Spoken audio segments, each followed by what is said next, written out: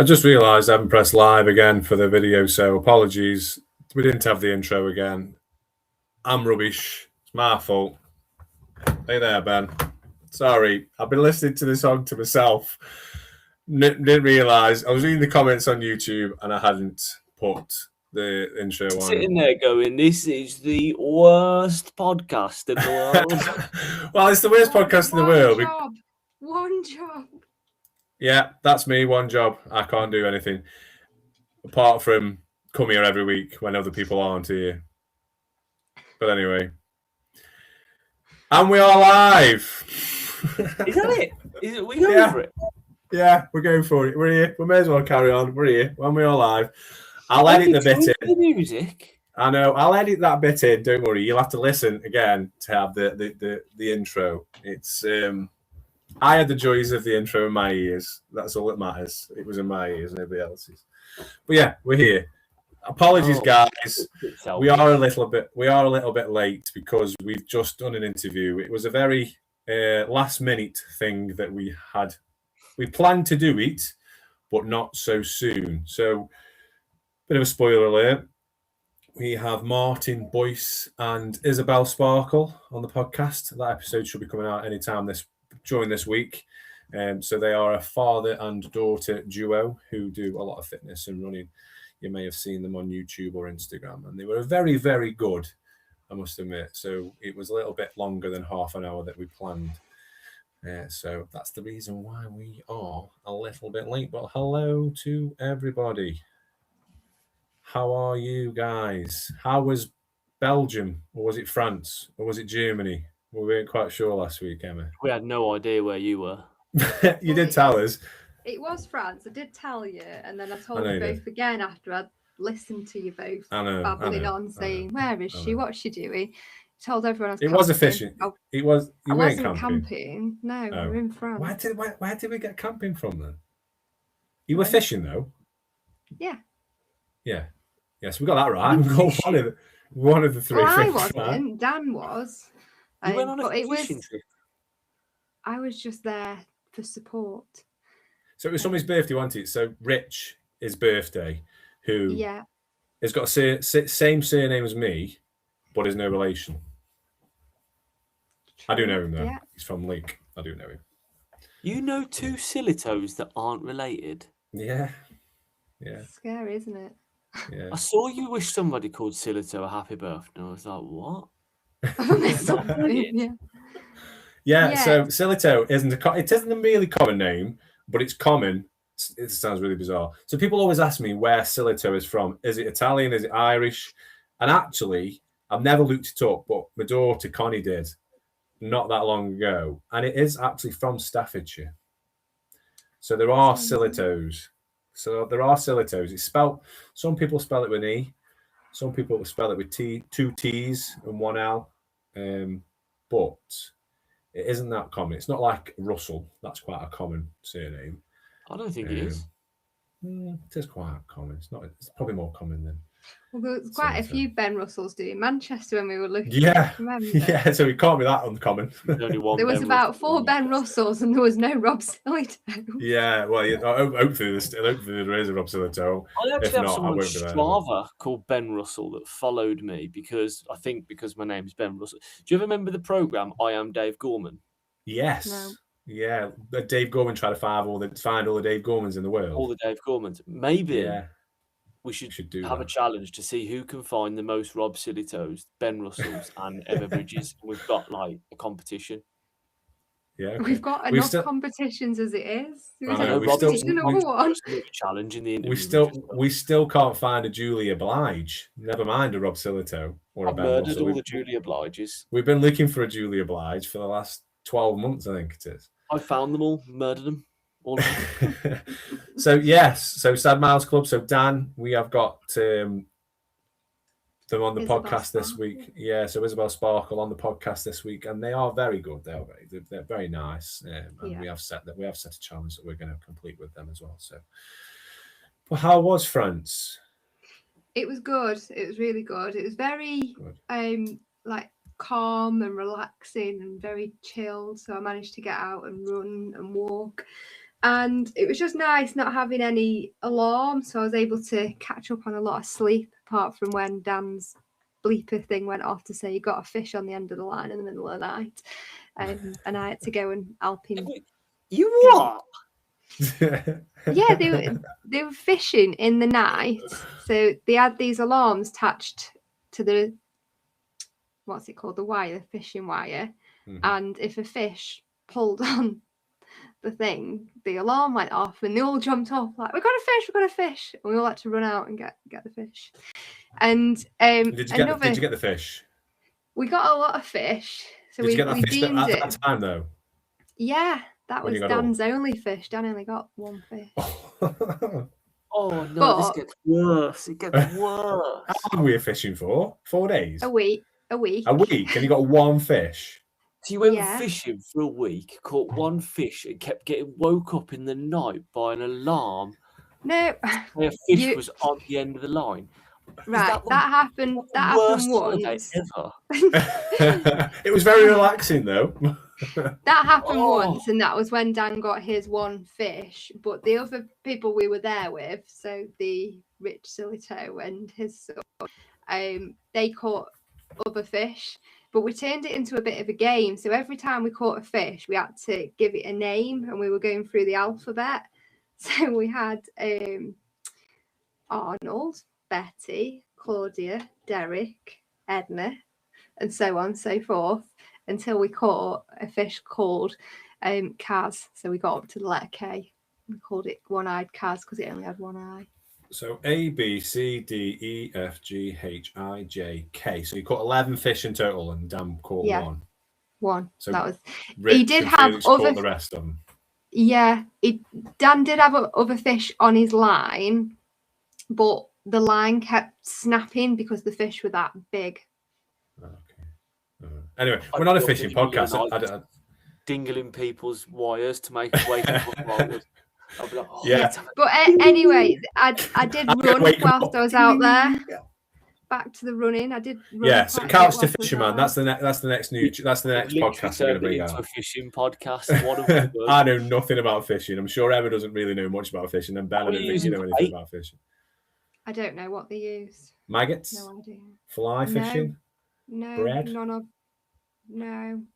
It was proper stuff, but it wasn't anything alive. It was like these big ball things, and you mushed them up. Anyway, back to the running. I think there's a bit of sweet corn in amongst it all. Always sweet corn. There's always got to be sweet corn and everything. So a bit of sweet corn amongst you were using shit. No. Bait. Anyway, back to the running. I'm getting bored of the conversation, hence why dirty words coming out. Come on. But I did manage to get some runs in whilst I was out there. So I was happy with my running while I was out there. You know what? Where we were, the roads were so quiet and it was relatively flat. So the runs were easy and good. And yeah, I enjoyed them. I think I did a couple of 10Ks. I did an easy 40 in strides. I think I did 12K, but yeah, still got my miles in.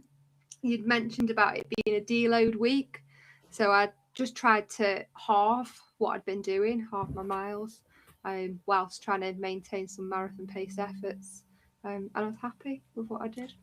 We're kind of at that phase now. As we record this, we're 2 weeks out from Manchester? 12 days.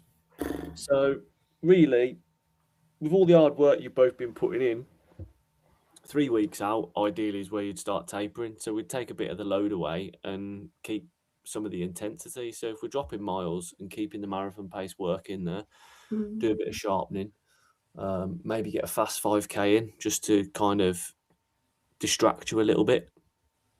Yeah. My week's been pretty similar. I said last week to Ben, we've got a bit of a family thing going on at the minute, and Laura's not. She's going to visit family at the moment, so it's quite difficult because normally what happens is I would, and Arthur being off as well has not helped, would go for a run after finish work, and then Laura would pick Arthur up, and then I would go out for a run straight after work. But because Laura's going to the hospital quite a lot of the time, it's been difficult for me to do get out and do a lot of runs, but I have been able to at times. And highlight of the week was South Cheshire 10K, which was really, really good. And I managed, on last week's podcast, Ben said do 2 miles either side. And then during the week, changed it and said do 4 miles either side. I don't know if that was both of us or just me or just Emma, but I did 5 miles to start with. 4 miles to start with, and then went out with a couple from Biddulph Rowing Club and did an extra mile on top, well, just under a mile, and then did the South Cheshire 10K in 52 minutes. Bang on 52 minutes. Very nice course. Very good. It's different than Crew 10K. You've done Crew 10K before, haven't you, Ben? So Crew 10K was 2 laps. I think it was 2 laps. 2 lapper. Yeah, so 2 laps of an industrial estate. And a lot of people didn't enjoy it because it was a bit boring. Whereas this one is more NSRRA-ish, if that makes sense. So it is a lot more out in the sticks, and you're running through lanes and through countryside rather than an industrial estate. You start off at Crew Vagrants, which is a nice big place to go after as well, where they had cake and everything. And you do a 1 lap. Well, it's not even a lap. It's like a horseshoe shape, 10K, and it's not as flat as Crew 10K. Previous Crew 10K, it was a little bit more up and down, but nothing extreme compared to other NSRRA races. And it was the 3rd NSRRA race. I got 43 points, I think it was. So came 7th or 8th maybe, in my group, which I was happy with. And just really nice to see loads of people there again. So caught up with people from Silverdale, caught up with people from Biddulph, caught up with people from Stoke Fit, from South Cheshire. Very well run by South Cheshire. A lot of praise from people, a lot of positive comments I heard. And yeah, it was really, really good event. Really, really nice race. And then straight after, the Heavens opened. So we didn't get a chance to do anything else because I just wanted to get home because it was Easter and I was missing out on the fun of all the chocolate egg hunts. Running South Cheshire 10K, we ran through every single weather you could think of. Hail, snow, wind, rain, sun. It was crazy. Honestly, this weather is really bizarre. And so all sorts of different people there. It was really good. So that was highlighting my week this week or last week. Has it got you thinking about the weather for Manchester? Well, last year. It's so unpredictable. What's your plans? Yeah, last year. Let's talk about race day plans with the weather. Just the weather. You can't really plan, can you? It's difficult to plan, really. I've trained no matter what the weather. So before I went to France, the morning I'd got my last 30k 20-mile run, and it was, I think I went out about 7:30. It was raining, it was cold, and I went out and I still did it in the rain. I think the only thing I learned from doing that is maybe have my raincoat just over a sports bra and don't have a t-shirt in between because of how much I was sweating, because I was still warm even though it was raining, and my t-shirt felt heavy. So I think that's something that I should maybe try and practice if I get an opportunity to do that. What have we decided about the hydration vest? I'm not wearing one, so I'm just going to wear my flip belt, which will hold my gels and my phone and maybe some salt stick, and just grab water. So in my 20 milers, I've ran without a hydration vest because I've had people supporting me carrying water. Jack or Dan have either ran with me or ran to me or been on course, and I feel more comfortable running without it. I feel like I'm faster without it. I think I suffer from a bit of noise sensitivity and the sloshing of the water, even though it's not in the back and it's just in the bottles, it just irritates me. So I feel more comfortable about it.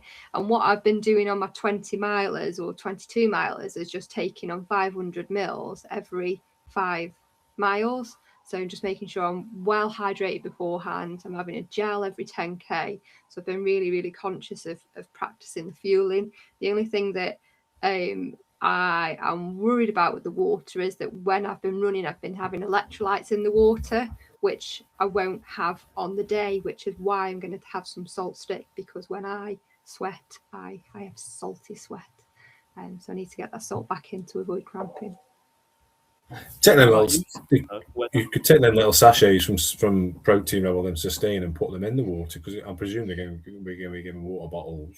Like give a half, Yeah, maybe. but I don't want to have to slow down to Half, tear them open yeah. and put it in. I think Yeah. if I've got the little salt tablets that I Yeah. can just put in my mouth, chew, swallow, drink water. I think I don't want anything that's going to slow me down or any fat.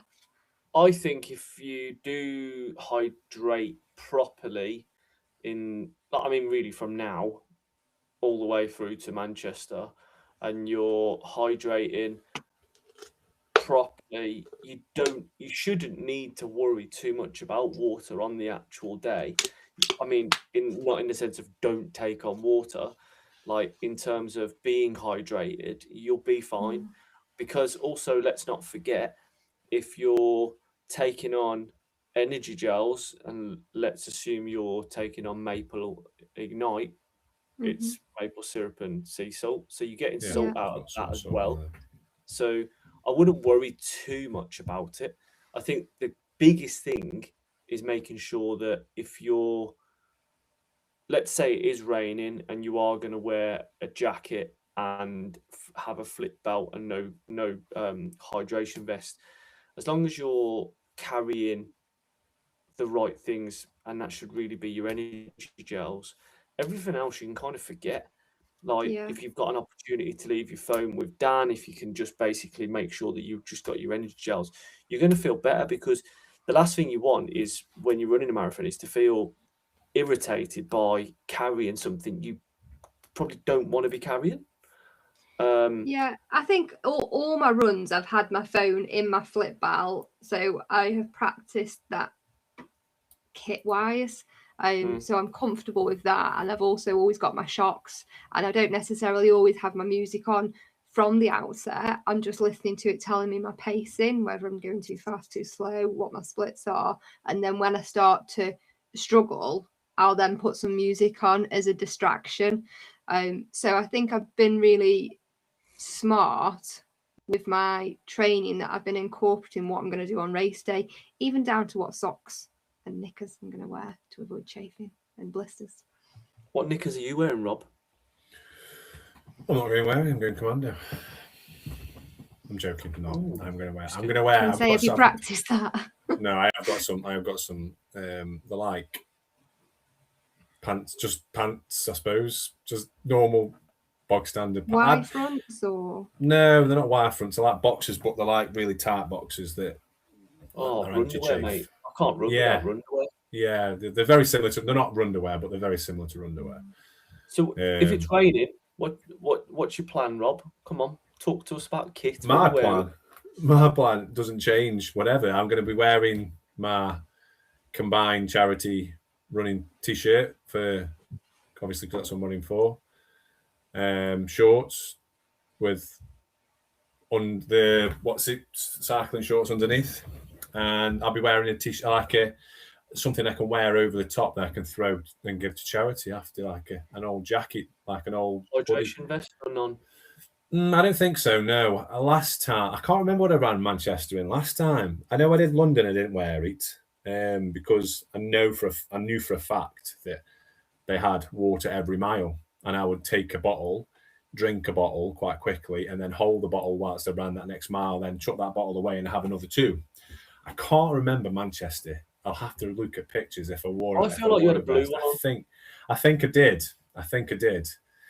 And I've ran with a hydration vest, and I've ran without a hydration vest, and it doesn't really make much of a difference to me. I don't mind either or, wearing or not wearing. Yeah, I'll be taking my gels, my Protein Rebel, Maple Ignite. Yeah, so they'll be with me. And I'll be, if I do take my vest, I'll have my two in the front with my electrolytes in, my Sustain, my Protein Rebel Sustain in there, which I've trained with on my longer runs, so with a little bit of juice in, because it just takes it doesn't taste horrible. but just it makes it taste nicer, if that makes sense. Actually, Last time I had Lucozade in there as well. Have your numbers come through? Mine came through today. Yeah. No, mine's not come through. Yeah, I've Mine's got not come mine. through yet. Made Mine, it feel very real when that was on the doorstep. yeah, mine hasn't come through yet. Came through the same day as a pair of new trainers as well.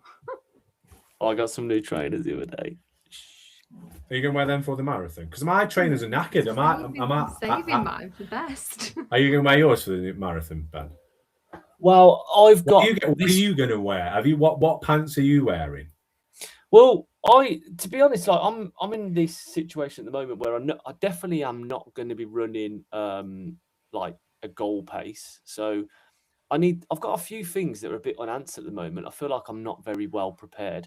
I'm running it for PSP Association, so I'll be wearing a PSP Association t-shirt, and just bog standard shorts, and I might wear my new trainers. I don't know. I might just wear easy trainers, to be honest with you, rather than putting miles onto race day trainers. The thing that's concerning me at the moment is I'm in the white wave, because when I entered, I put sub 3 hours target, and that's like ridiculous early time, like 9 o'clock. So to get to Manchester for that time is a big challenge for me. What wave were you in last time? You win. Same wave. How you win? I didn't think you were that much in front of me. I don't think you. No, Because I can remember what meeting it up is, with they you. open them up at like, I think it's like 7:30 or something, and then it's like the actual race starts at like 9.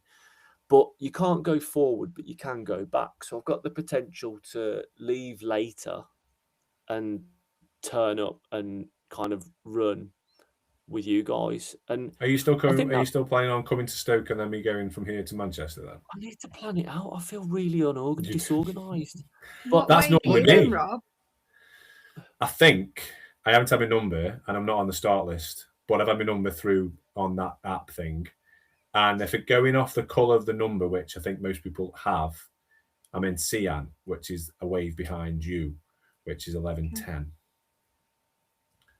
I think. See, that would You're work. You're in for pink me wave, aren't you? because- Pink, You're yeah, in pink sorry. wave, yeah. Yeah. So I think I'm just behind. Like I say, I haven't had my number through yet. But looking on, when you go onto your dashboard on the email, whatever, the actual colour of the number is like that cyan colour. So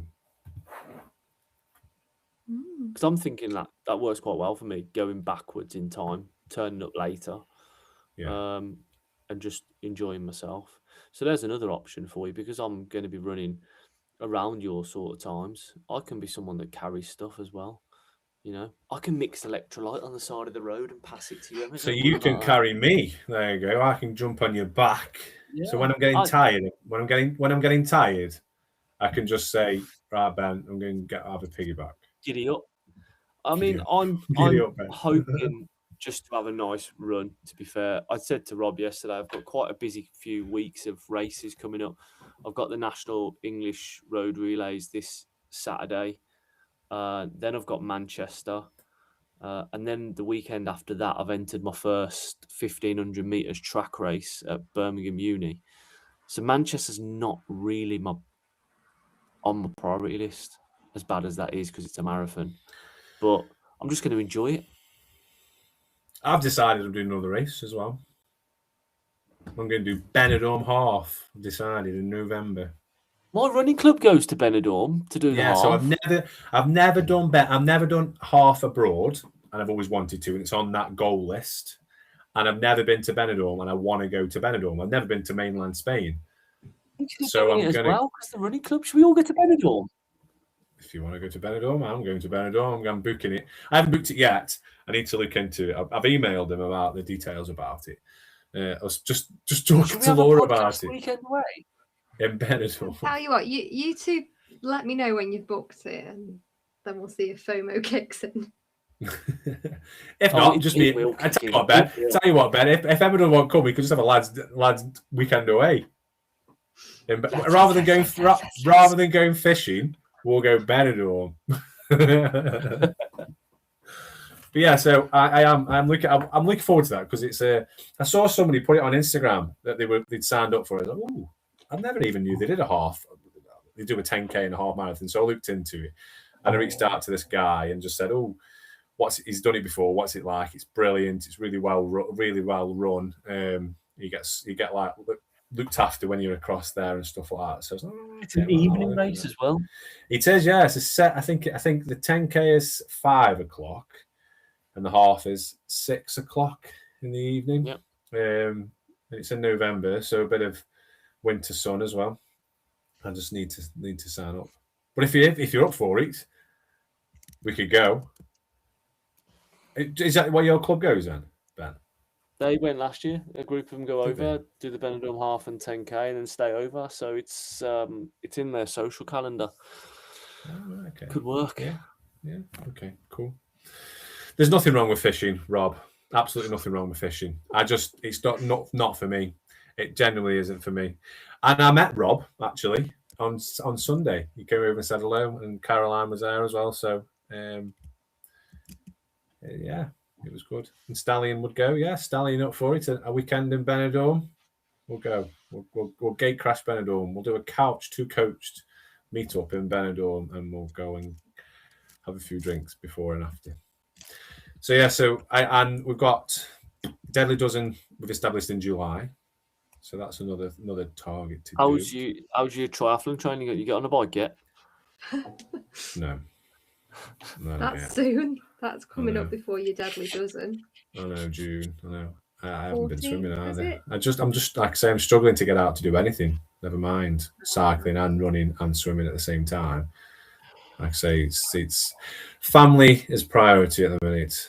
That's what I'm thinking. It's to try and to alleviate the pressure on Laura. That's what I'm trying to do.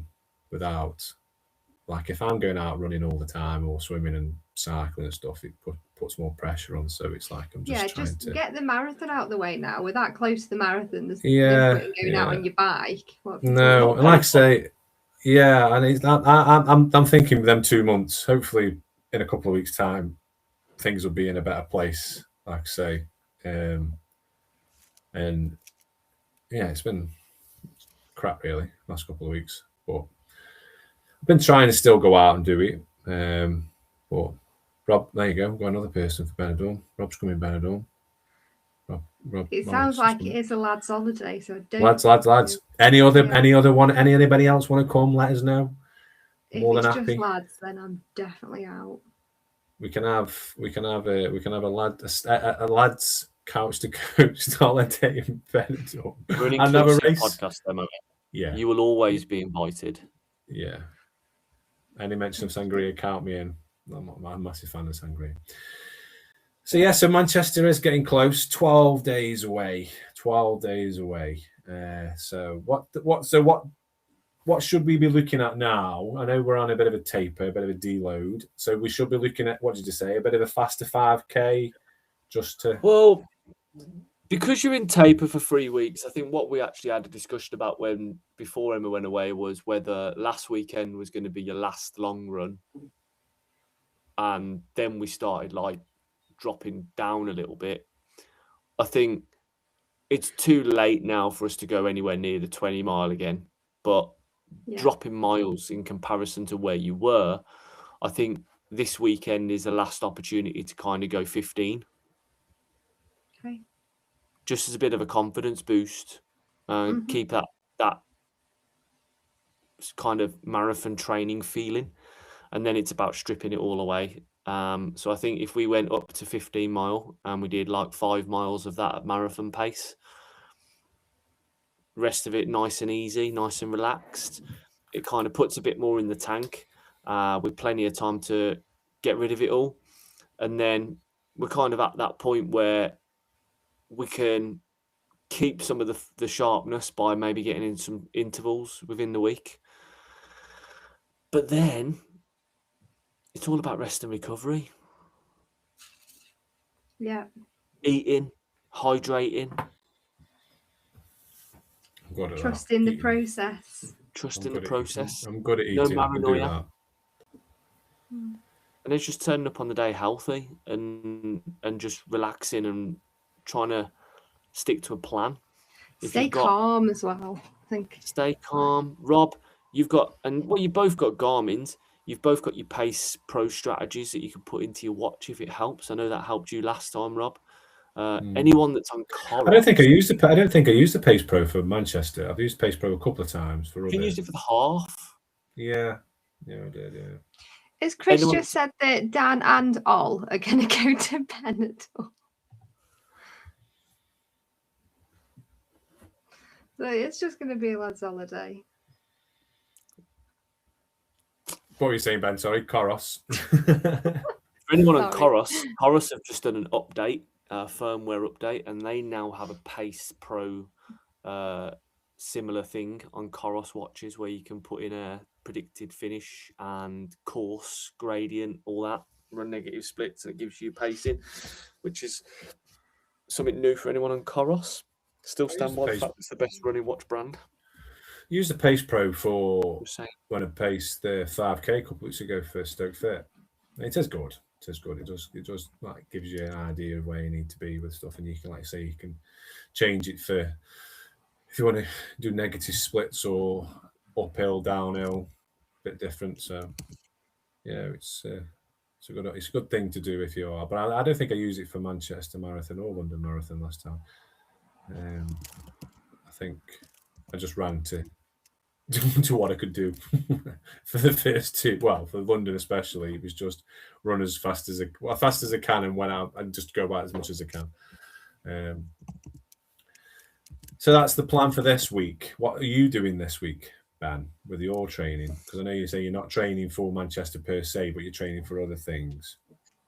So I, as you know, got a coach at the Athletics Club. Yeah. And yesterday I did my first session that was 1,500 meters specific. So I've got a track race, 1,500 meters track race at the Birmingham University on the 26th of April. And I'm aiming to run 1,500 meters in anywhere between 4:50 and 5 minutes as kind of an introduction to that.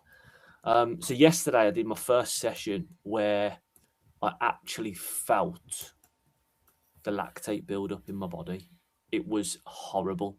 Like I've thought in the past I've trained to a point where I've had that in sessions, like where you're really pushing yourself to the point of like nearly throwing up. And I've never really gone to that point. But yesterday I did a session, 200 meters, 1K, 800 meters and 400 meters at 1,500 meter pace of 3 minutes rest, and it was in the regions of 3:20 per kilometer, which is like 5:20 per mile. And I was just bent over on the floor at the end, couldn't breathe, tasted blood in my mouth, absolutely horrible. So track racing, the sessions I'm doing is giving me a bit of a change in intensity, which I'm enjoying. Something different at my near age of 40. Getting close to being 40. Getting closer. But the plan is really to kind of just try and enjoy a track season. So I'm going to be entering the Vets League. But coming up, so this Saturday is the English National Road Relays, 12-stage road relays at Sutton Park, which is where you get really high standard runners competing. So it's a good event, good chance to run that again, run that hard. But the last few weeks, it's kind of been focused on. I built up a good mileage a few weeks back, and it's now kind of been focused on like going towards track season. I did Lowestoft Park Run on Saturday, which was interesting. Yeah, you've been away, haven't you? How was that? How was being away? You've been away for a couple of days, It was haven't you? good. Nice. We went to Suffolk, and the nearest park run was Lowestoft. My 50th park run in the bag. It's taken me a long time to get to 50 park runs. I should have been way more than 50, but 50 park runs. Are you sure it was 50? You didn't do a Rachel, it wasn't actually 50. No, it was definitely 50. Did they give you a shout out? No, but do you know what? You come to think of that, Lowestoft Park Run, there was close to 1,000 runners there at the weekend. It is an absolutely massive park run. Yeah. It starts on like a promenade. You go up and you do like 2 laps of the promenade. But they had so many runners there. and they had shout outs, and the guy was so well organised. He had shout outs, and he did the race briefing, the new runners briefing. I didn't go to it. I never do go to those things. But he They just got a follow list who's of in front of you. everybody that was the first timers, and he gave all of them a shout out, Oh, course. that's like where nice. everybody had Of come course, from. they should do. There was someone absolutely. from Stoke there. Was there? Don't know who it was. If you know who it was, anybody, let us know. If you know anyone that went to Lowestoft Park Run the weekend. But yeah, so I did a 5K there. I did 1906. So I don't really know where I'm at the moment, because that's slower than what I ran when we went to Isabel Trail, Yeah. B route. But this had 2 steep inclines going from one level of the promenade to the other. So it was a slower course, and there's a bit of a headwind because it's on the seafront. But then when I'm running on the track, I'm running quite good times, running good paces. So I have no idea where I'm at. I know I'm not in sub 3 hour shape for marathon, so that's going to be a nice easy run. And then see where I'm at the 1500 meters at Birmingham Uni in like what 3 weeks time. Any last minute advice for Manchester as a coach coached? I don't think you need any advice. I think you've done the hard work. Has it been perfect? I don't know. Pretty close. I know, Rob, you've had that little niggle in your outside of your knee, and obviously you've had, as you said, personal stuff that you need to prioritise, and that's normal. That's what happens. Recreational runners, that has to happen. But I think you've got to take a lot of confidence in the fact that if you look at over the past 6 months, you've probably done a lot more running than you had prior to this. So you are in a better shape. Emma, your training has been pretty consistent, to be fair, and pretty close to perfect. And you've had a few questions of yourself over the last few weeks, which I think you both need to have a bit more confidence in yourself and kind of just turn up on the day and not really focus about the outcome. Just really, really focus on the process. That is the biggest advice I can give anybody running a marathon at the moment, is focus on the process. It's not about, have I done enough training? It's not about, what do I need to do to get the time? Because you can focus on the process in the sense of, right, this mile needs to be this pace, this mile needs to be this pace, and this mile needs to be this pace. But that's not what we're talking about. It's talking about hydrating in the week before, nutrition, preparing your kit, getting your travel arrangements, making sure your warm-up's really good, make sure you've done some dynamic stretching before, make sure you've been to the toilet, get to the start line nice and early. And then it's about kind of knowing what your pace is for the race, but breaking it into chunks, break it into 5Ks, 5K splits, gels. Where are you? Because you've got a lot of race to catch up on missed seconds from each mile, but it's also a very, very long race if you are ahead of your target and you blow up. So it's about just focusing on where you need to be for each 5K, I think, and just focus on those processes over the outcome of what you want your target to be.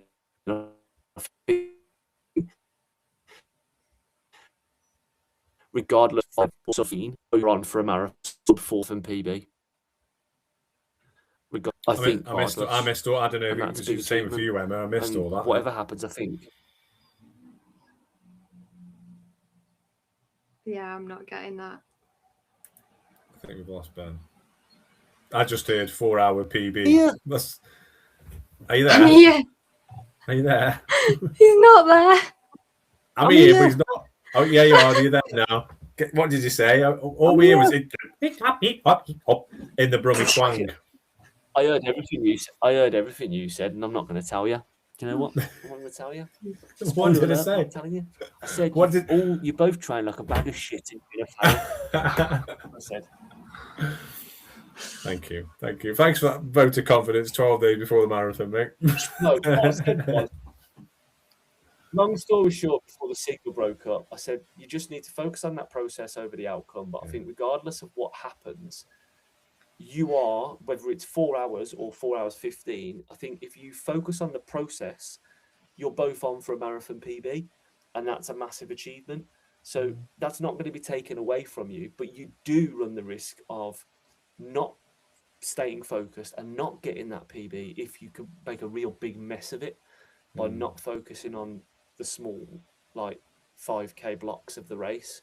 Because if you can break them into those 5Ks and you can stay on process, I believe you will both PB that marathon. I'm confident I can get a PB. I've been telling people it's 4:45. It's actually 4:49, so there's a little bit more of a leeway. If you don't get a PB, you need to give up running. I'm going to be that bold.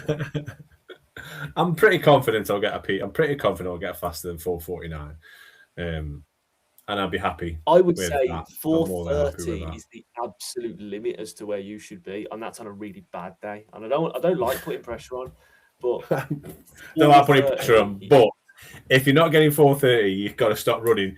So you heard it here first. If I don't get 4:30, I won't be running anymore. And we don't have a podcast if you don't get 4:30 after what you've put in. Okay. So Phil Matthews, when I ran my 4-hour marathon, I just focused on keeping calm, having a solid marathon playlist to give you that boost. Take it 5K at a time and chunk it. Best of luck, guys. You've got this. Thank you, Phil. Yes, thanks, Phil. Definitely. And I think, thank you. Will you be listening to? I'll be listening to music. I haven't got a playlist per se. I just listen to whatever comes on. I will have a reserve playlist for when I need it, but I don't intend to listen to one from the outset. I'll probably listen to podcasts as well. I'm talking about podcasts. I won't be listening to a podcast. Anton Deck's podcast is brilliant. If anybody's not listened to Anton Deck's podcast, I'll listen to that when I've been running. And it's one of the funniest podcasts I've ever listened to. So if anybody else has never listened to the Anton Deck podcast, it's brilliant. It's really good. I would go to far as saying it's better than this podcast. Hey, up, he's there with his balloons again. Two things I would say. Go on. It's being attacked by balloons. Downside to music is it can make you run too fast. Yeah. Yeah. Downside to podcast, I believe it can make you switch off. Yeah. Yeah. This is why I'm waiting until I need that pick me up, and I'm kind of imagining it'll be around 30k. And that's my aim, to get to 30k without the playlist, and then I've got some dirty, horrible, fast songs that I'll put on, and that'll just make me power through. You know, when we did the other a couple of weeks ago, we did the one where we had a 5k effort towards the end, and I beasted that 5k. That's when I put my music on, and I was able to really pick up the pace. It is a pick me up, and I think me and Rob saw evidence of that with you at Tittisworth, like when you decided that I was going to take over the babysitting reins. Like you put your music on and she was gone. So it is a pick me up, and I think it does work. I think you just have to be careful, that you're not using it from the outset, because the adrenaline gets the best of you and you go too fast. And then, Rob listening to Anton Deck, if he's pissing himself laughing at Anton Deck at mile 50, not focusing on what his pace is, we're on to 4:45 territory. So it is just making sure we are always 4:45 is still a PB. It is a PB, but you won't do that. Come on now, have some goal. I've got a goal. You deserve faster than that. But I think this is the thing. It's making sure that whatever happens, you're always switched on and you're always focused.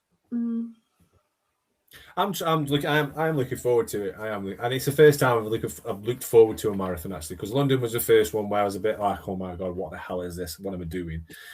Didn't really know a great deal about running in general, and then that's what spawned this podcast. Manchester was the first one where there was a little bit more pressure on, because we talked about it a great deal during the podcast, and it was a lot of build up, similar to this one, really. So there was a bit more of a strategy in place, and we were talking about it quite a lot. Whereas this one is the third one, and I feel fitter. I feel in a better place.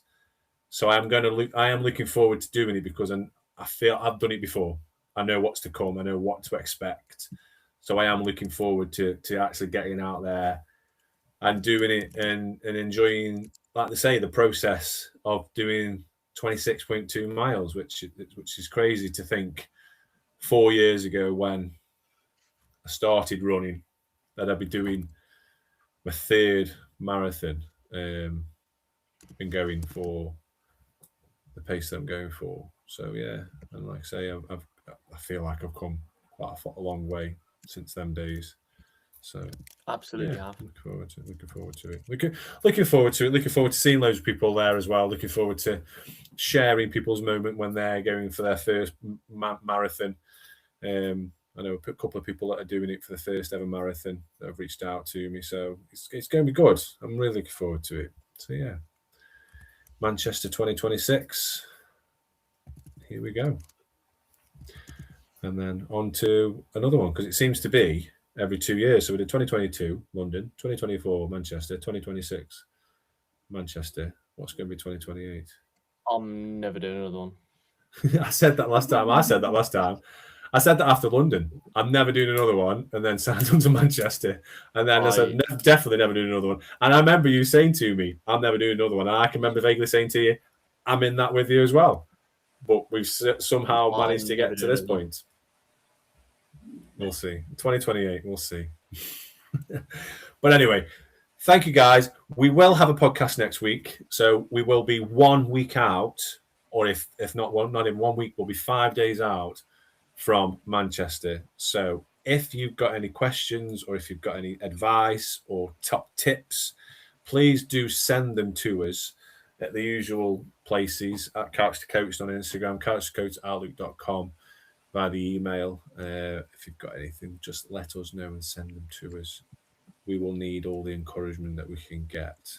And if you've got any advice on playlists, send them my way, because my playlist at the minute is just Robbie Williams on repeat. Geordie Kiefer, get him on there. Oh, well, thank you. I'll stay away from that. And on that note, we will. And yes, Team Dara Day. So Jimmy the Dub pushing Rian around. Really looking forward to seeing that. Really, I met with Jimmy on Saturday at the park run. I had a really nice conversation with him and Rian. So it's going to be good. It's going to be good seeing you. So I'm looking forward to seeing you as well, Jimmy. So, and on that note, we will see y'all later. See you later.